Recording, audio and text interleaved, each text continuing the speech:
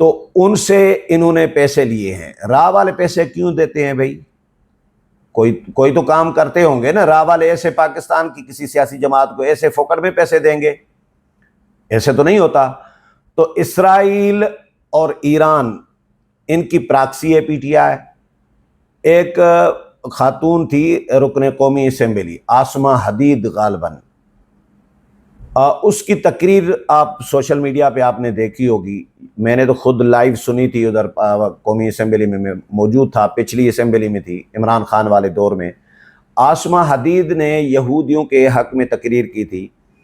اس نے کہا تھا دیکھیں اللہ تبارک و تعالیٰ نے ہم مسلمانوں اور یہودیوں کو ساتھ چلنے کا کہا ہے، اور یہ بھی کہا ہے کہ جی اسی لیے تو اللہ میاں نے بیت المقدس جو ہے وہ یہودیوں کو کعبہ بنا کے دیا، اور ہمیں بیت اللہ کعبۃ اللہ جو ہے ہمارا قبلہ کعبہ بنا کے دیا۔ یہ باتیں کر رہی تھی اور پارلیمنٹ بھری ہوئی تھی، کوئی بندہ اس پہ نہیں بولا کہ خاتون کیا بول رہی ہے۔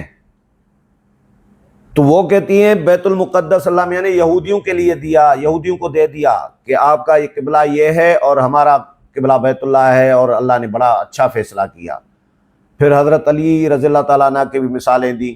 تو یہ کہ حضرت علی نے یہودیوں کے ساتھ اتحاد کیا تھا، یہ کیا تھا، تو یہ اس طرح کا ماحول بنانے کے لیے پی ٹی آئی کی ڈیوٹی لگائی گئی ہے اسرائیل کی جانب سے۔ پی ٹی آئی آئی ہی ملک کو تباہ کرنے ہے، عمران خان آیا ہی ملک کو تباہ کرنے کے لیے ہے۔ ڈاکٹر اسرار، حکیم سعید، ان کی یعنی آج سے 25 30 40 سال پہلے یہ پیشن گوئیاں موجود ہیں، 30 35 سال پہلے کی، جو یہ کر کے گئے ہیں کہ ایک یہودی ایجنٹ عمران خان کی صورت میں پیدا کیا جائے گا، ابھارا جائے گا، جو پاکستان میں اس طرح کا کھلواڑ کرے گا آگے۔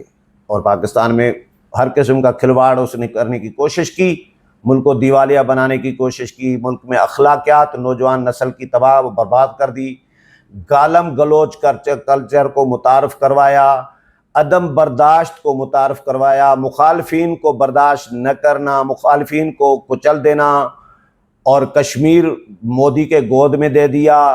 یہ اس طرح کی باتیں بھی عمران خان کرتے رہے تھے کہ ملک 3 حصوں میں تقسیم ہو جائے گا، فوج تباہ ہو جائے گی، ایٹمی پروگرام ختم ہو جائے گا، پاکستان کا فیوچر اس طرح ہوگا۔ یہ اس طرح کی بھی باتیں کرتے رہے ہیں۔ یہ اصل میں جو اسرائیل کا پلان ہے، راہ کا، بھارت کا جو پلان تھا پاکستان کے بارے میں، عمران خان ان کا پلان بتا رہا تھا کہ میں اس طرح کرنے آیا ہوں، جو عمران خان کو ڈیوٹی لگائی گئی ہے۔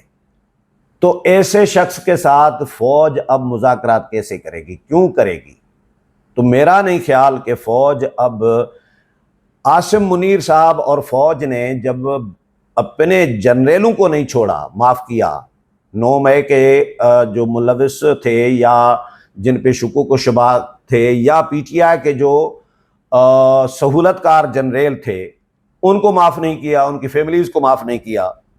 سینکڑوں کی تعداد میں فوجی افسران جو ہیں، جو ملوث تھے ان کے سہولت کاری میں، ان کے خلاف کارروائیاں ہوئیں، نوکری سے نکالے گئے، کورٹ مارشل کیے گئے۔ جنرل فیض حمید آپ کے مثال سامنے ہے، اور کور کمانڈر جو لاہور تھا اس کو بھی ہٹا دیا گیا تھا، نکالا گیا تھا۔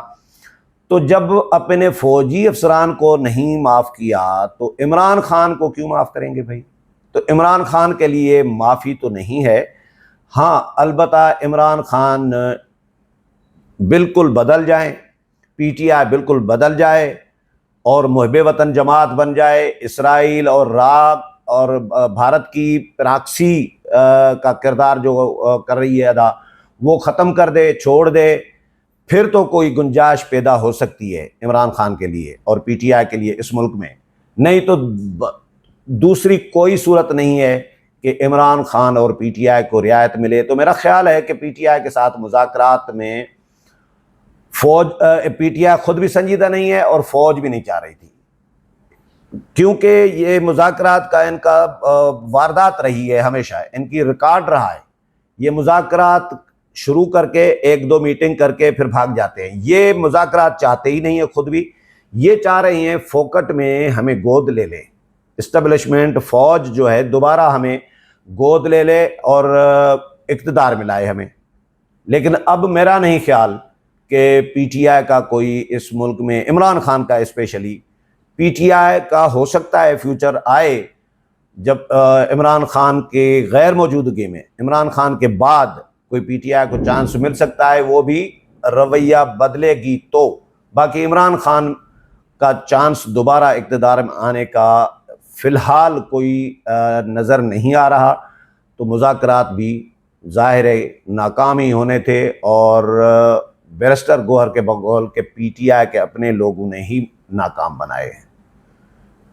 امید ہے پروگرام پسند آیا ہوگا، اگلے پروگرام میں پھر ملاقات ہوگی، تب تک اجازت چاہتا ہوں، اللہ حافظ۔